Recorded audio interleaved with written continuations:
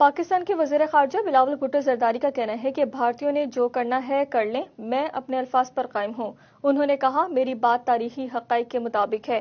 گجرات میں جو ہوا وہ تاریخ کا حصہ ہے۔ لوگ جتنا بھی احتجاج کریں تاریخ کو مسخ نہیں کر سکتے۔ وہ پاکستان مشن کے دفتر میں وائس آف ساؤتھ ایشیا سے خصوصی گفتگو کر رہے تھے۔ اقوام متحدہ میں G77 اور چین کی خصوصی وزارتی کانفرنس کے اختتام پر امریکی ریاست نیو یارک میں پاکستان مشن کے دفتر میں استقبالیہ کا اہتمام کیا گیا۔ پروگرام کی میزبانی پاکستان کے وزیر خارجہ بلاول بھٹو نے کی۔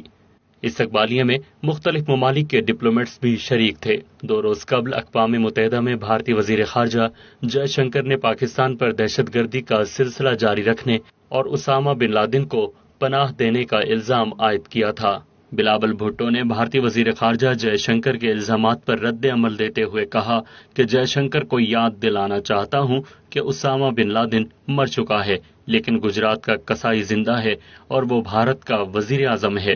وائس آف ساؤتھ ایشیا سے گفتگو کرتے ہوئے ایک سوال کے جواب میں بلاول بھٹو نے کہا کہ لوگ جتنا بھی احتجاج کریں گے تاریخ کو مسخ نہیں کر سکتے۔ گجرات میں جو ہوا وہ تاریخ کا حصہ ہے۔ میرے خیال میں جو تاریخی حقائق ہے اس کے مطابق بات کر رہا تھا۔ جہاں تک جو گجرات میں ہوا وہ تاریخ کا حصہ ہے، سب کو پتہ ہے، اور جتنا بھی لوگ احتجاج کریں وہ تاریخ کو مسخ نہیں کر سکتے۔ بلاول